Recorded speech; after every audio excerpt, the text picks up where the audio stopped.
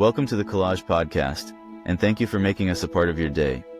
If you enjoy the podcast, please like, rate, and subscribe.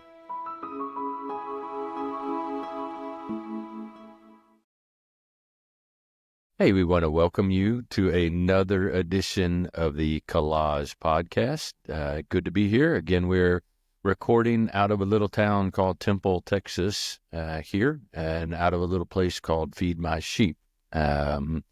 So we are excited.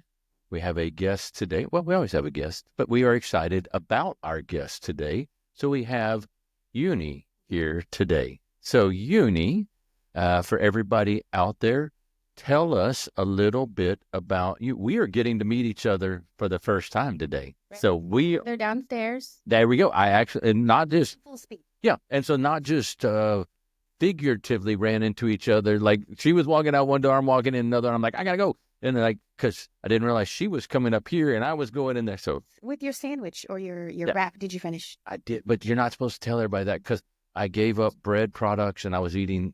So she's mistaken. It technically counts. Agreed. Bread. It's So so thin. thank you. We're going to get along just fine.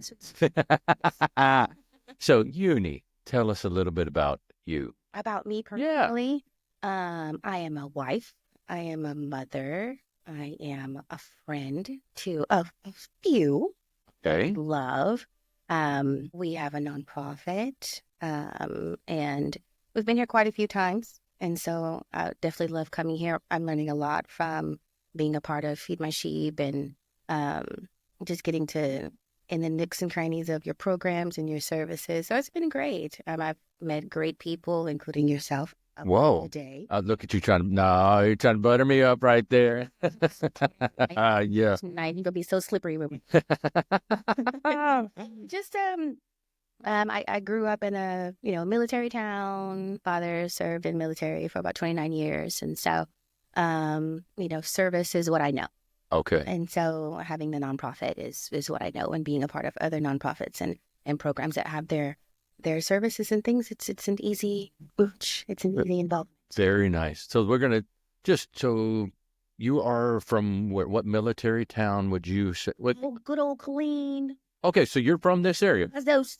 Okay. Yeah. Name of Fort Cavazos, formerly Fort Hood. I have I'm getting used to I the can't. Fort Cavazos part, but it's Fort Hood is what I know, but definitely Agreed. I don't mean to miss. Got to get the wheels going. It's just so hard. Newness of it. And that's for me that I'm not going down to but that's our local military establishment. So like Colleen on the map is 20 minutes from Temple. So it's kind of in our little stratosphere. Temple, Belton, Colleen, they're kind of how we kind of geographically lump together. Yes. And Colleen is a big monster of a city now. Yes. It's growing. It's really big. So grew up, Colleen would be your home base. It would be. Okay. Grew up. And so military families, that's a luxury. A lot of times they travel quite a bit. And that's the funny part. We didn't have that experience. Okay. With traveling a lot. My dad once we got there, it was pretty much there until like right in the middle of high school for me, of all times, to get relocated. And so all the friends that I had from elementary to middle school and then high school, it was like ripping out my heart. But, I think I adjusted okay. I graduated. So, I mean, Okay. not that that's And I just got to get this. a student. Okay. Are you straight A? A's and B's. Huh? A little bit more A's and B's. But, Eesh. Okay. I did okay. We're not going to go into grades because I was not. What did you do? I passed. Okay. So That's good. yeah, agree. I mean, that's it's just a pass. So what would I say? Like I was below sea level. So I was a good sailor of a student. I stayed right at sea level. So, and because like in college, I learned this one early at A&M. D is for diploma.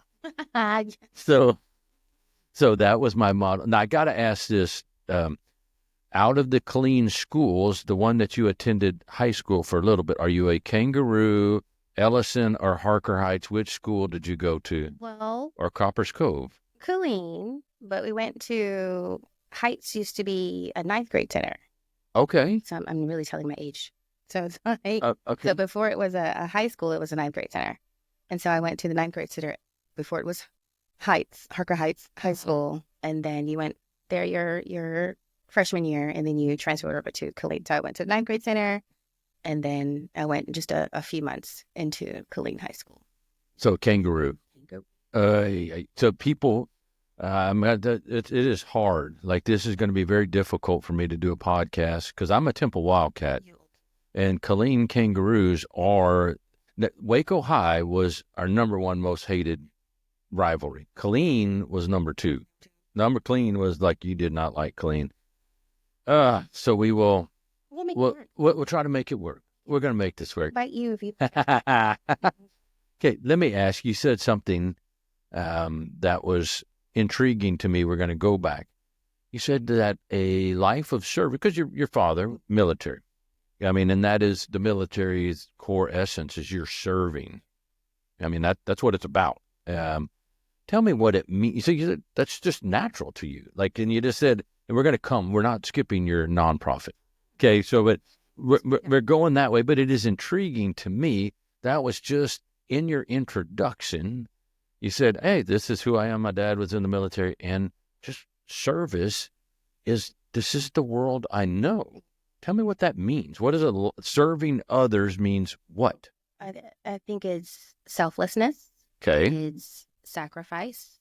It's reaching into the very deep depths of who you are to truly figure out one of those things like, how do you help someone other than yourself, which I think is a huge feat, and that not many people sometimes can get. Yeah. You know, there's a lot of selfishness out there, and for me, it's just I didn't want to be one of those people. It's like I want to be something bigger outside of myself, and so doing that, it's like, okay, well, my dad led by example, and with his service, and it's like I could do the same thing. You know, just helping. Just I think really just comes natural to me, and just really wanting to help people.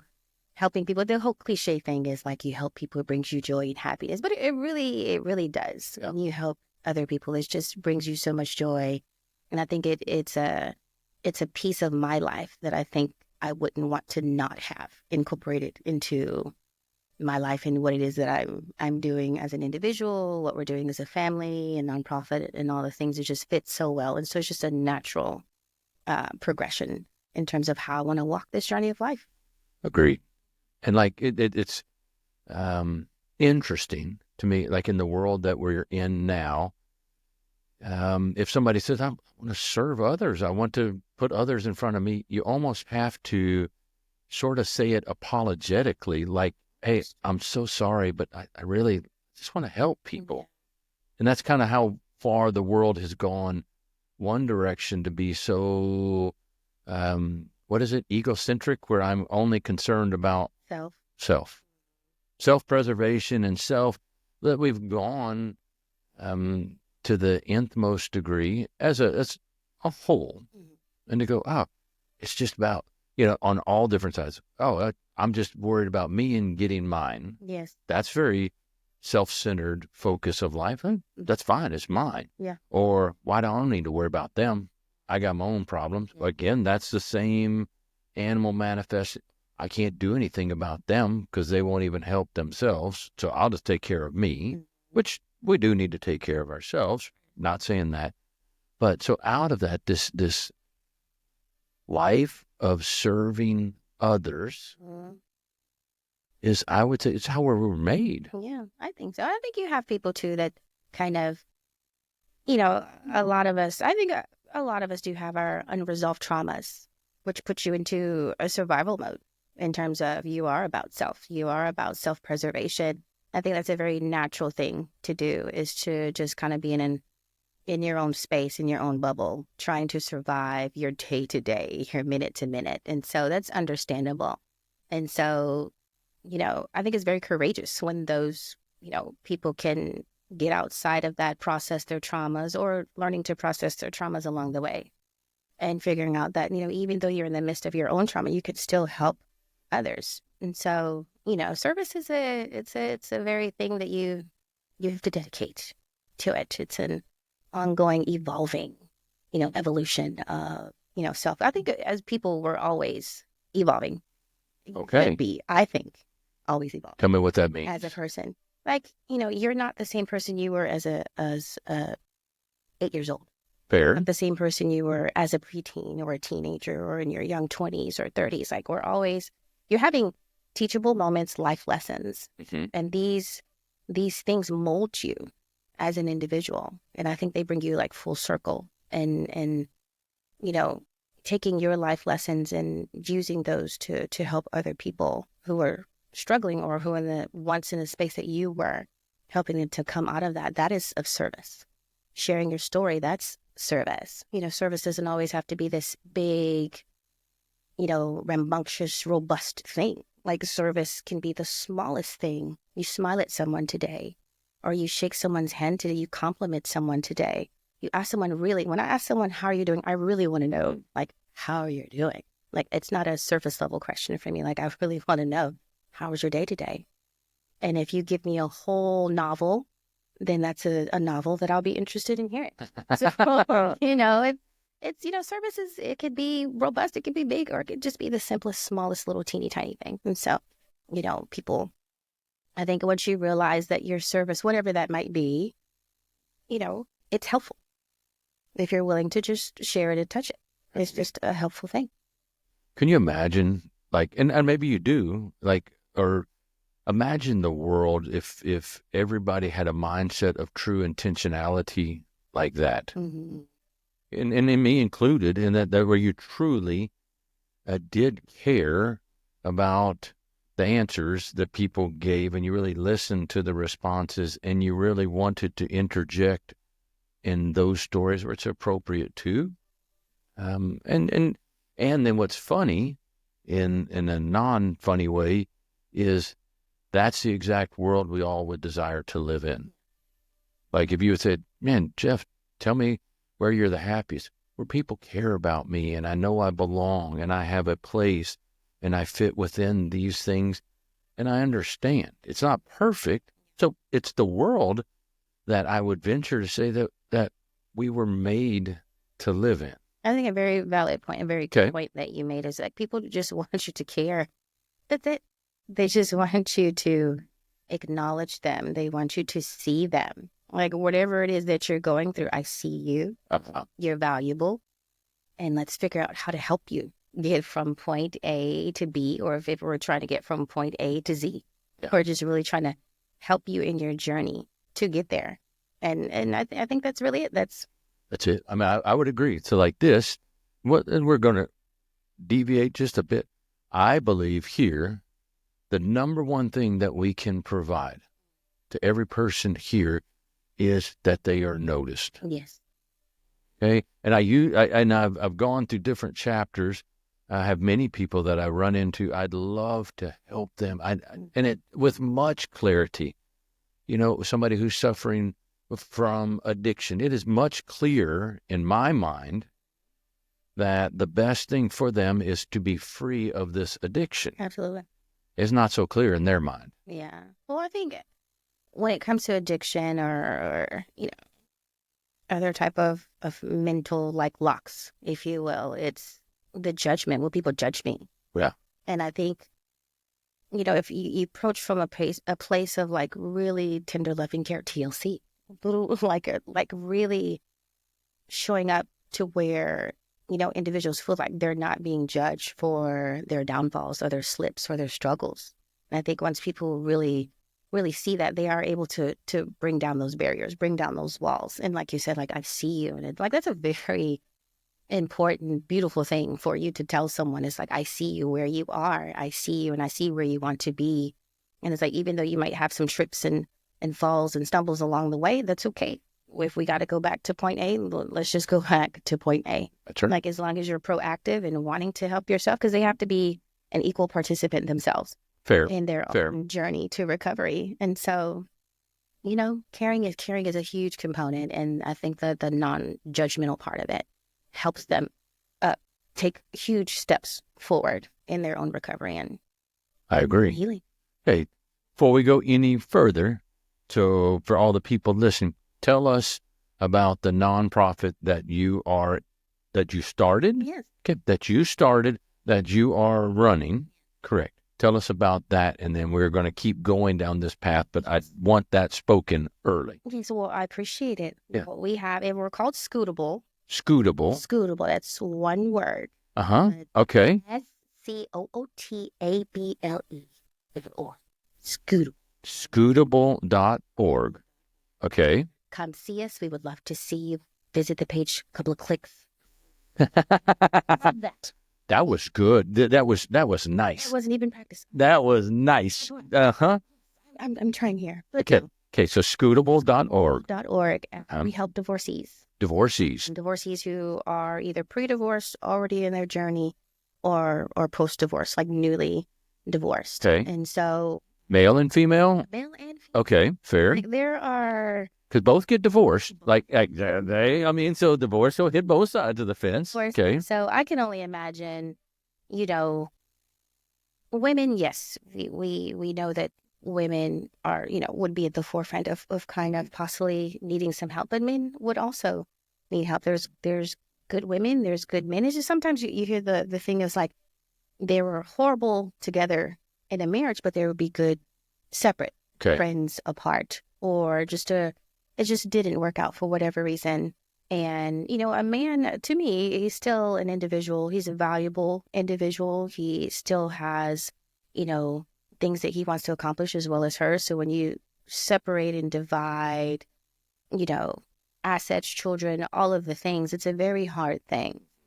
And so I don't want men to be left out, because my father, he's a good man. Mm-hmm. And so if he were in this situation, knowing that he's a good man and he's a provider, but just might so happen to need someone to help him, whether emotionally, financially, or, just resources, help him navigate the process and knowing what to do, where to go, I wouldn't want to leave him out, or anyone. Like, I believe there are good men, whether relationships go well or not, things sometimes they just don't work out for whatever reason. So we help men and women, of course. And so I will go back to how we got started. Okay. Now, like, I'm still married. Okay.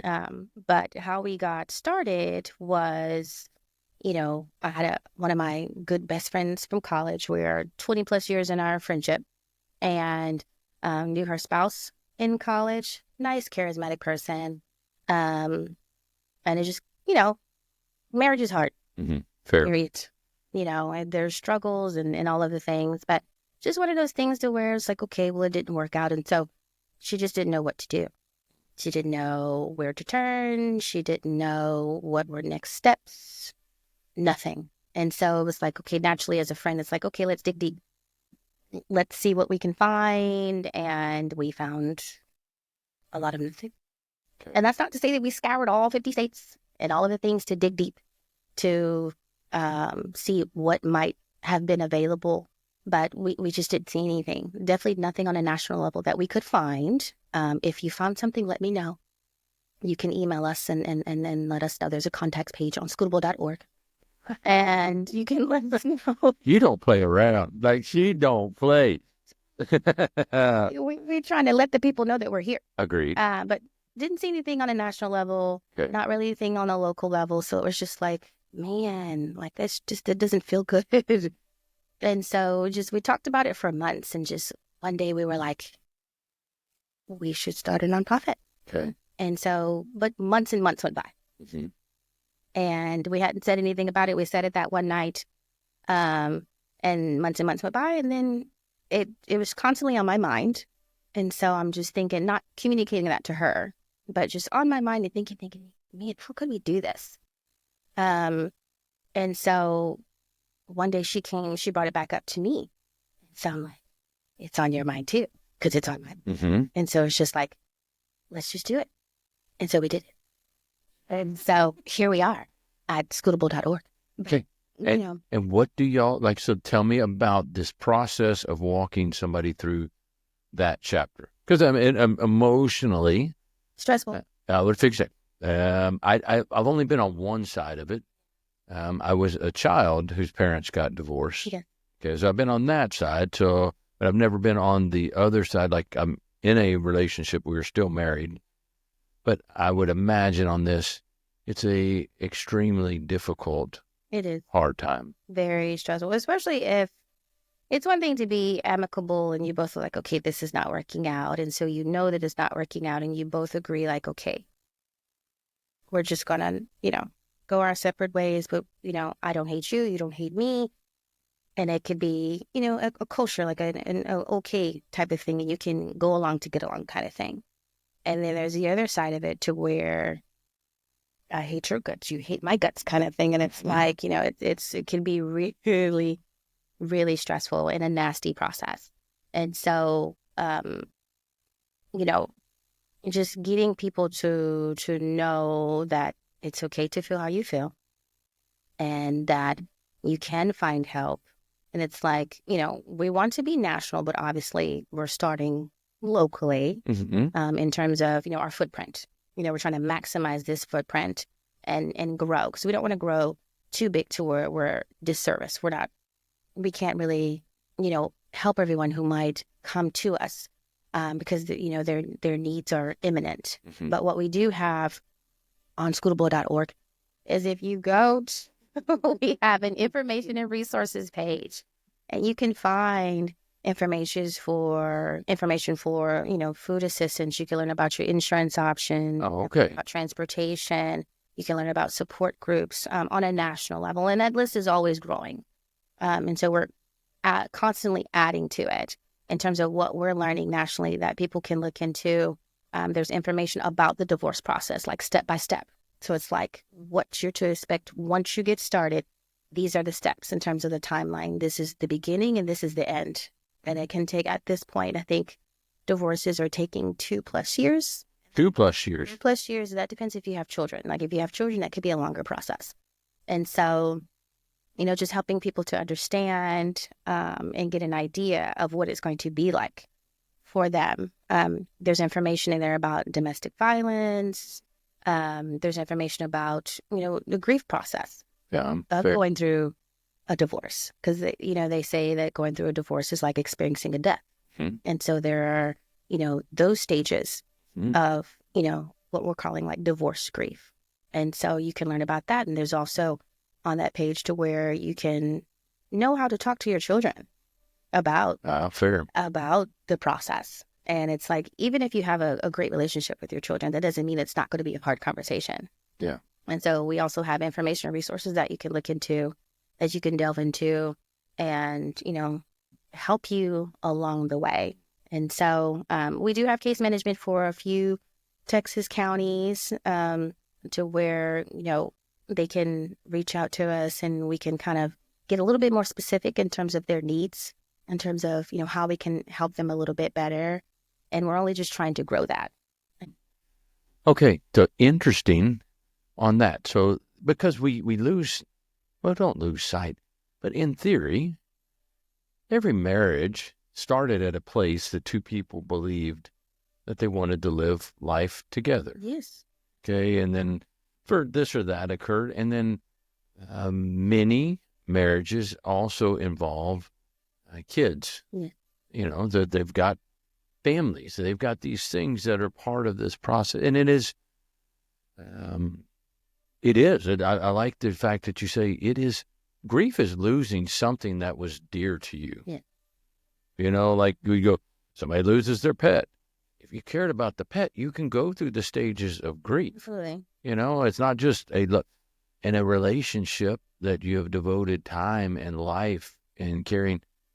That's no longer part of you. You grieve. Right. It's lost. And so it's hurt. And like in that, and for kids, like if you're out for adults, kids are not stupid. Lack of a better term, they are more aware of what is occurring. They may not understand it. Very intuitive. Very intuitive. I'm a grown man. I'm old. I can still remember I was in second grade. I guess my parents got divorced at this time and we were moving out. Okay. And I remember being at my grandparents' house with my mom and it wasn't time to be at my grandparents' house. And I didn't understand what was going on. And I didn't understand why my dad wasn't there. And it was never spoken upon. well, we're just going over here. And then, oh, we're moving to Texas. And oh, we live in Texas now. Huh? Like, but You feel terrible. Well, obviously now I would go, now you look back and you're going, I still remember that night. I can still remember being uninformed, and still, to parents out there, it is still in my family the unspeakable topic. I'm pretty aware that my parents got divorced. like even like the divorce rate is huge. Like Yeah. 40 to 50% of marriages end in divorce in today's, That's right. in today's time frame. So which is totally different from way back yonder. But it's a very prevalent thing, and you'd be surprised at how many people don't want to talk about it, or just it's just something that's just not spoken about. And it's like, things happen in relationships, divorce happens in relationships, and it's okay. Like it's okay if that didn't work out.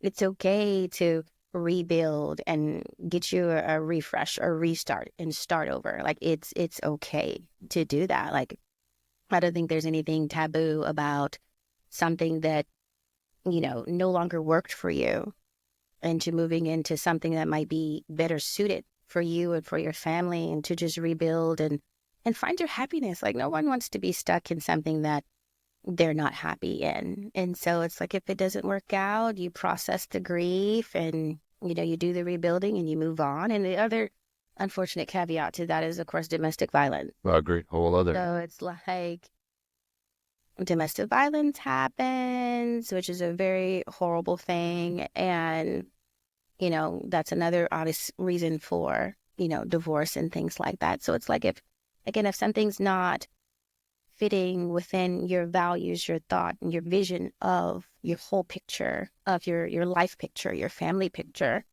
then, it's okay to readjust. Yeah. And so, just letting people know it's okay to readjust. Yeah.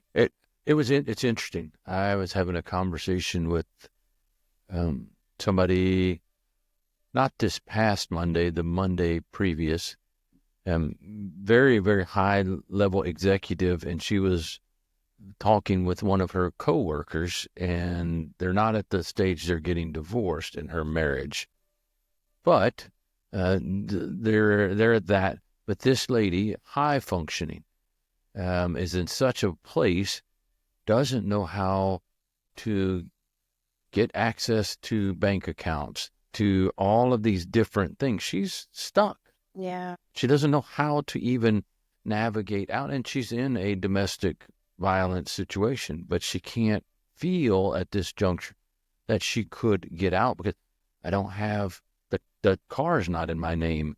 I can't get in my bank account. I can't do this. Form of domestic abuse. Well, agreed. And like, I don't think a lot of people know that. Like, if you don't have access, it's like economical abuse. You don't have access to the bank accounts, the investments, the portfolios, or things. If you can't access things to help you, then that's a form of abuse. Like, in order to help yourself, you do need access to certain things. And if you don't have access to these things, and your spouse is the one who, normally keeps account of these things, and marriages like that, there's nothing wrong with a marriage where there's one spouse who might handle all the financials and things like that. That's fine. I've heard of, those type of marriages, and that's totally okay. But if it's the type of situation to where that spouse is like, no, this is what I'm doing, you don't need to know about that, I give you what I give you, or this is more than enough for you to do what you need to do, no extra access, or, the things, then, mentally, like, that really is a form of abuse. And I don't think a lot of people like really know that, and so it's just, I think if I'm an abuser, yeah, okay, and I would not to any of this. So, like, keep this in mind. Like, the behaviors we are speaking of, we are not advocating and think they are good at all. There is zero excuse, male or female, for abuse of this sort. Okay, so like in perpetrators all the time, definitely not saying that, because you definitely have, it goes both ways in my mind when it comes to anything, whether it's physical domestic violence, the hitting or whatever it might be, a woman can be aggressive. And so just not saying that it's always the men who's doing something. I definitely don't believe that. No, I no. definitely think, it can go And it's both ways. wrong all the way at all levels. So like first, like for anybody, if you are hearing this and these things, you're going, man, I might be in an abusive relationship. If somebody is laying hands on you, doing whatever we would hear, that is not an acceptable thing. Not acceptable. And if it is in such a place of, I don't have any money and I'm not allowed to buy clothes, and he gives me $25, I can walk in and go buy 2 shirts, and I don't know how to get in the bank account, and that you might want to be looking at is maybe some red flags of going, I am not in a healthy, life abundant type relationship. That's very true. And on Scootable.org.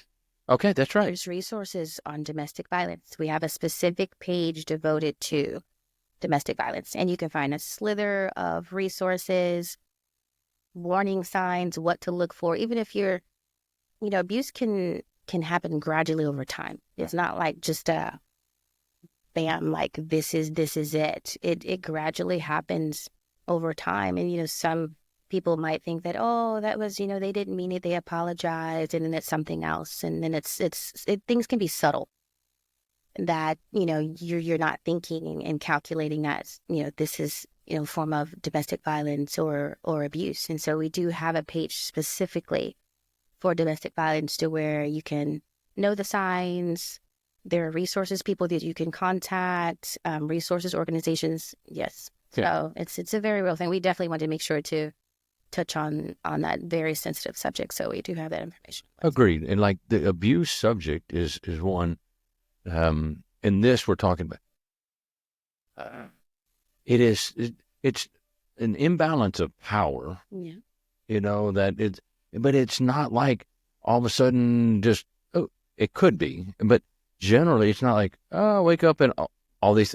It's just like slowly eroding away of the power. And next thing you know, you're in a place you're like, I don't even know how I got here. That's very true. In the workforce, you go sexual abuse or an imbalance of power opens itself up to possibilities of abuse. Yeah. If somebody is underneath you, you can abuse your right. Oh, they do whatever I say because they don't work here if I don't. Yes. That can lead to their supervised relationships, same deal. We can be in places they're like, how in the world did I get here that I can't even get to my own bank account? This or that, and you're like, world.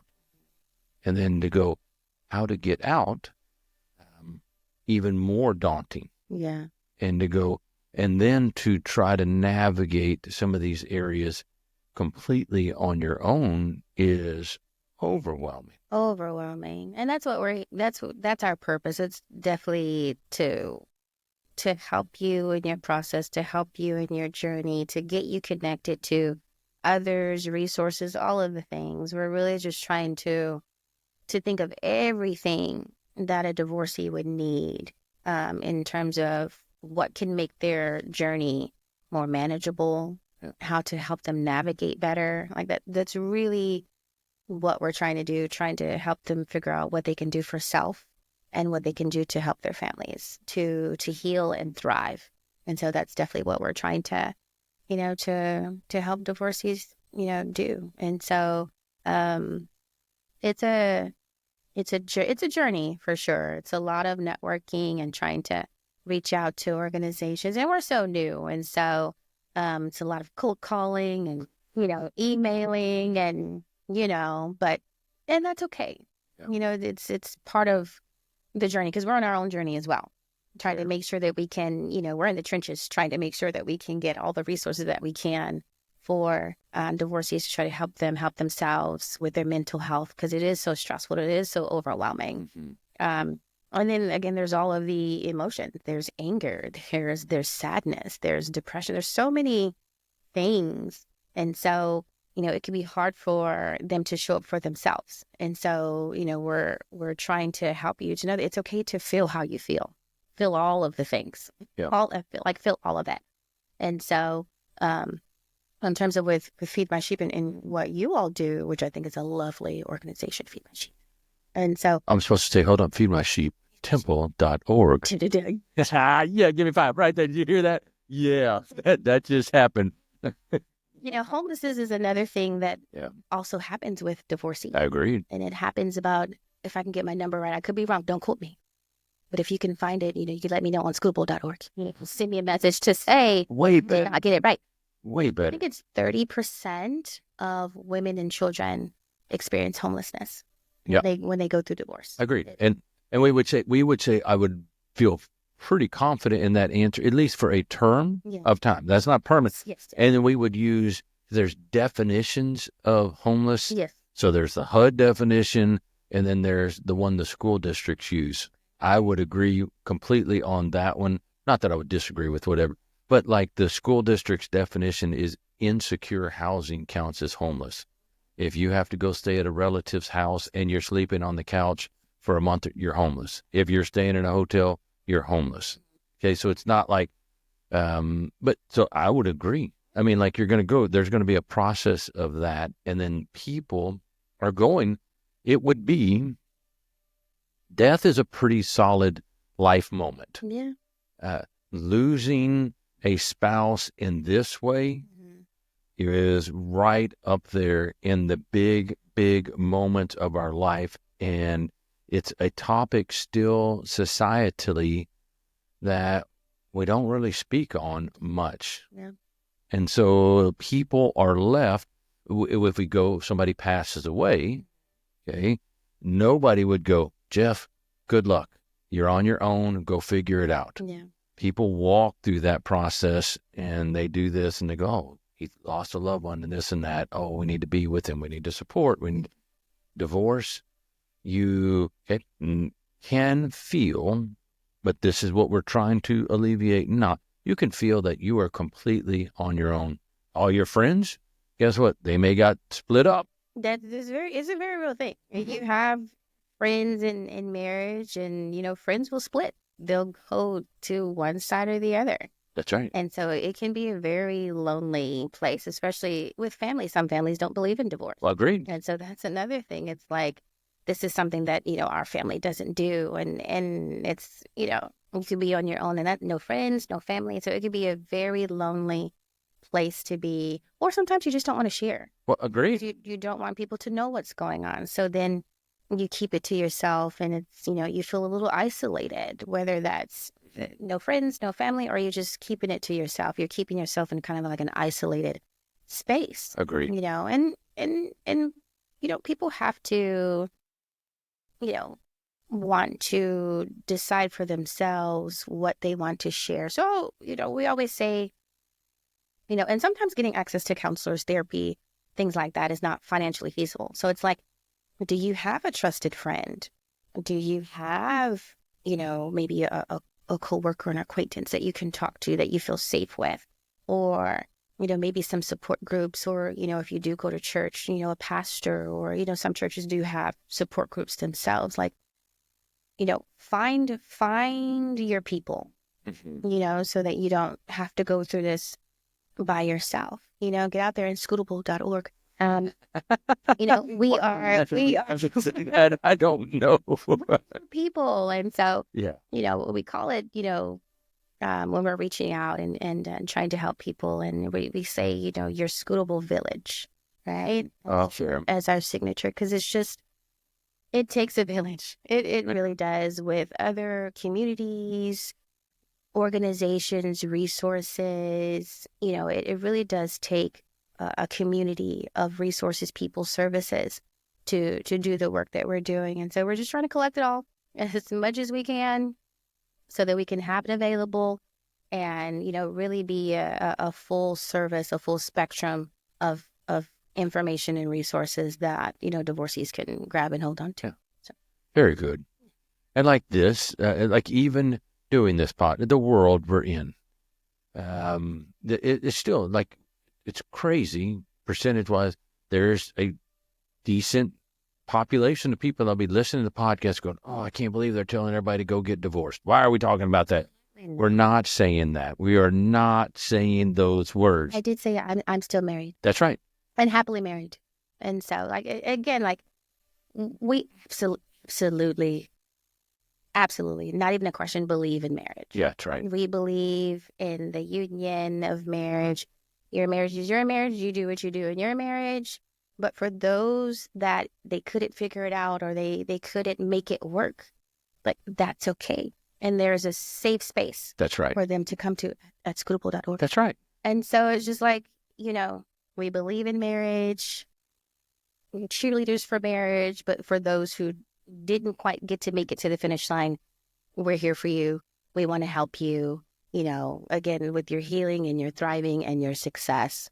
And so that's what we want to be. We just very nice. We're going to wrap you in a nice little hug of cocoon of love. Agreed. Hugs. Because it is, I haven't been there, so I can't answer on this side of it. I can't imagine the loneliness it must be at certain, because mind you, we're talking about two adults. It could be, there's so many different scenarios. There could be, you may be going through this process and you had no intention of getting divorced, but the person you're married to had a real solid intention of not being married to you anymore. And you're sitting there and it wasn't like, oh, good, I chose this. This is awesome. Woohoo. Somebody made a decision for you. That's right. Two adults, and one of them made a decision, said, guess what? I ain't in this anymore.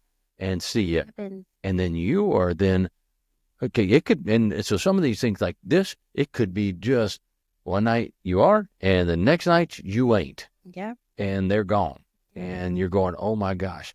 And then on you. It can, it's a gradual, like, again, relationships are hard. You're dealing with a whole other personality other than your own. And so there's a lot of compromise. There's so many components to a healthy, relationship, partnership, and all the things like that's understood, but,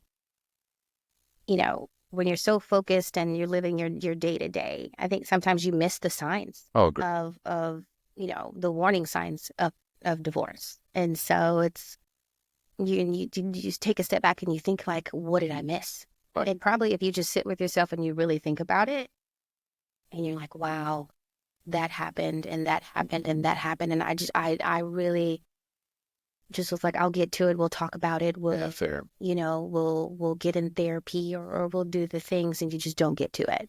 And then before you know it, you're further and further and further apart. Communication is a big component, a big factor. Agreed. When you're not communicating your needs and wants, and how do we move together? How do we move this marriage thing along? How are we moving together as a family unit? And when you're moving on two different accords, and you're not paying attention to the stress and the strain, like, life is stressful. That agrees. Just in general, between work and if you have the babies and the things, it's just, life is just stressful, period. Trying to figure out how to take care of yourself and your family, or just, self, or if you're codependent on your spouse and they're the breadwinner or whatever it is, just life is just really stressful. But when we're not tuned in and really honing in and paying attention to, let me check with my partner and are they happy? Am I happy? Are we having the conversations of, what does this look like for us? And when those, that communication is falling by the wayside, you do see like, man, I miss that, or, and then you get to divorce's doorstep and then you're going through with it. So, it's a huge, life event that people go through, and not everybody understands it, especially if, you're in a relationship and you're like, well, I couldn't imagine, or, but, when you step outside of yourself and you kind of really think about when someone else is going through, you're like, man, like, I wouldn't, before we started Scootable.org. I'm going to say it again. I'm not going to laugh this time. Go ahead and say it. Scootable.org. But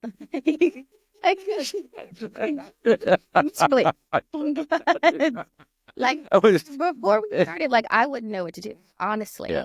And so it was like, we're trying to do the very thing to where, people don't necessarily have to think hard about what next steps are.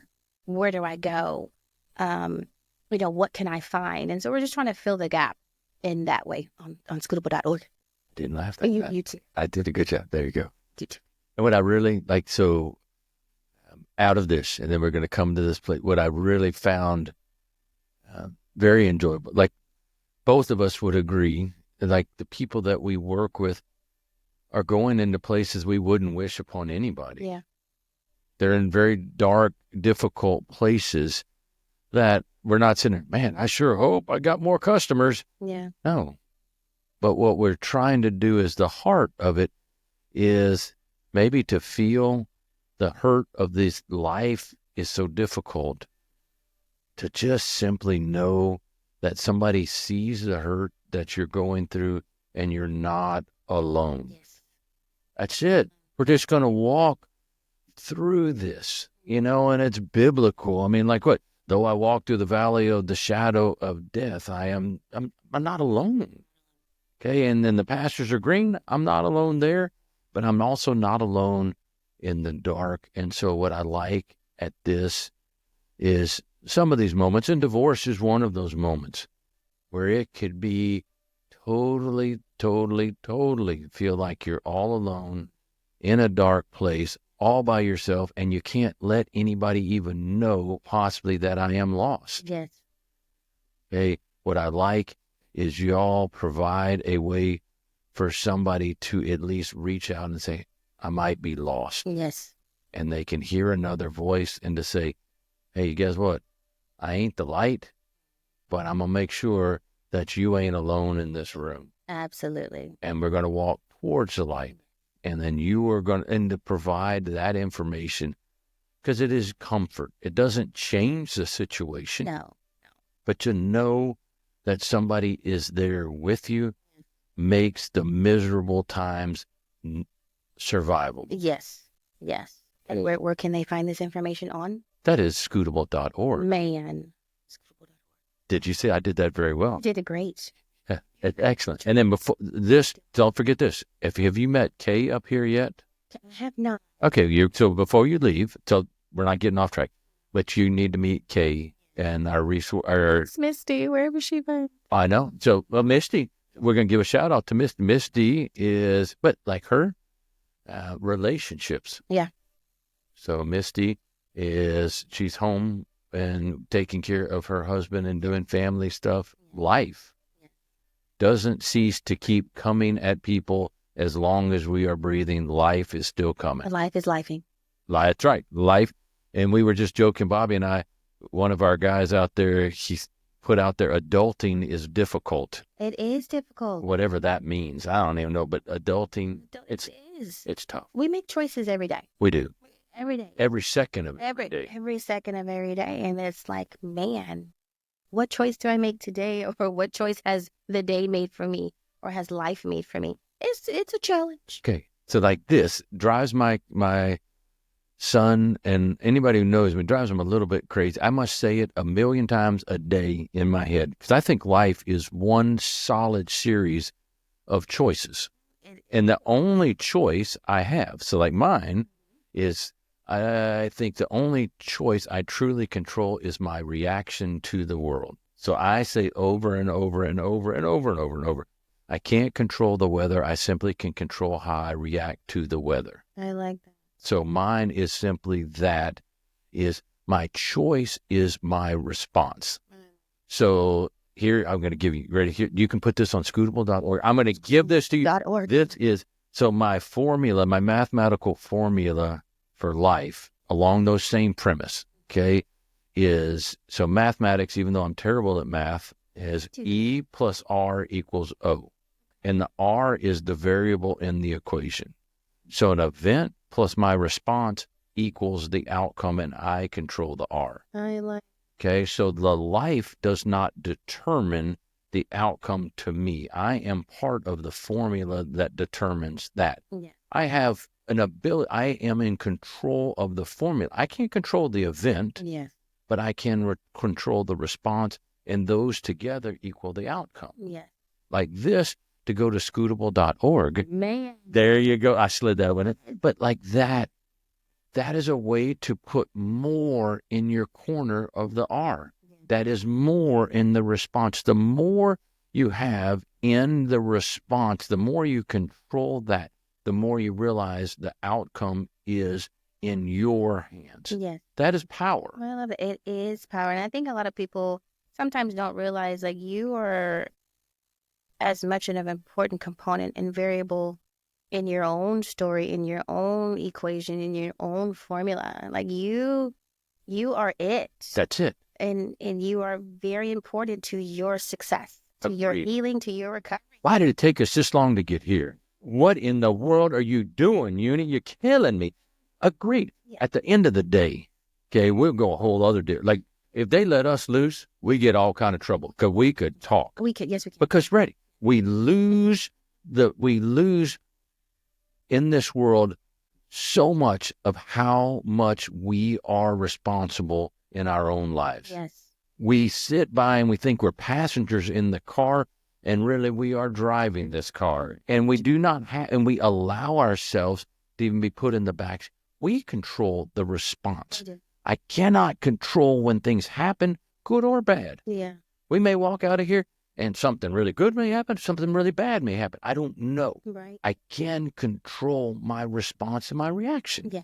That is what life is about. It's choices, Yeah. and I can't choose to have the right winning lottery tickets and become a gajillionaire tonight. If you do, just I could. let me know. I'm your friend today. I agree. And going forward. We're going to move forward. My You response get a should coin or be, two, just throw me like $5. I'd be so happy. Yes. but like that, even in that scenario, let's say I did do that. That is not going to be the outcome that I'm looking for.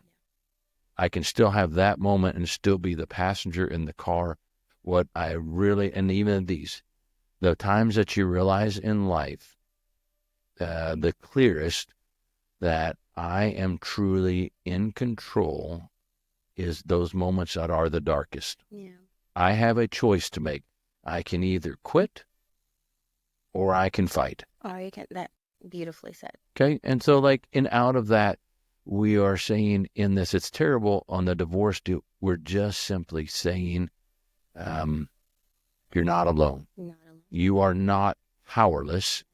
There is no imbalance of power in life as a whole. And what y'all are doing over there, why they sort of fit together, they're very different. We are not in this world. You are. Okay. But what the similarity is you are saying in what you do the same thing we say over and over. The only thing we do and why we do it is we simply say people matter. People matter. Yes. People matter. People are very important. They matter. Yeah. We're interdependent on each other. That's right. We need each other. Period. And so if my neighbor is struggling, if I can help my neighbor, then I'm going to help my neighbor. It's the same thing that you do. It's the same thing that we do. We're helping our neighbors. Period. It's not rocket science. Not rocket science. Hey, I'm going to tell you, I enjoyed visiting with you, Yuni. Okay. And I do. And we will be praying for what you have going on. And then both of us. So ready, we share on this comment out there. I would say maybe. I would say I believe. Okay. Guess what? I want to be out of business tomorrow because there is no people going without food and struggling with the issues that we have every day at Feed My Sheep. And I would believe that you would say, you know what, Scootable.org, it went away because there's nobody struggling with divorce anymore. But guess what? We ain't going out of business tomorrow. The world we live in is not perfect, but we will both be walking side by side with people tomorrow and the next day and the next day and the next day. And we will be here. I don't know. What's ours? FeedMySheepTemple.org. FeedMySheepTemple.org. And Scootable. That's right. That's twice now I've said it. That's a record for me. We're doing great. So, okay, everybody out there, went a whole lot of places. We're going to get Yuni to come back. We're going to talk about relationships and life. So we introduced her website. I do ask you to go look at that, okay? And to go look at then what's going on there. If you're in a relationship and going through some of these difficult things, great resource. Go look at that and go see what's going on. But if you listen, you could also go, golly, they touched upon a bajillion different things that would be interesting. Yes. Interesting topics. So good to have you. Thank you for having me. Yeah, thank you for coming. And everybody out there, if you are listening to this, we would say the commonality we always would say is that people matter. And then I would say to you, if you're hearing this and whatever you're doing, you are a person. And the truth applies to you as it does to everybody else. You matter. You matter. You're valuable. Amen. You're amazing. You just got to dig deep. If you lost it and can't find it, it's there. Just dig a little deeper. Pull yourself up. Are you digging like a rabbit? I don't know what I'm I was going, is that a rabbit? I was like, what is it? I was like, I don't know. I don't know what's happening. Yeah. It's like a Ricky Bobby moment there. I don't know what to do with my hands right now. Yes, we're It was digging. a rabbit. It was like a badger, rabbit, hedgehog. Like we got 4 more weeks of winter coming up. So I don't know what I Concur. Okay. So It's good to me. good to have you. Yes, sir. And that is it. Thank you, Bobby. And we are out of here.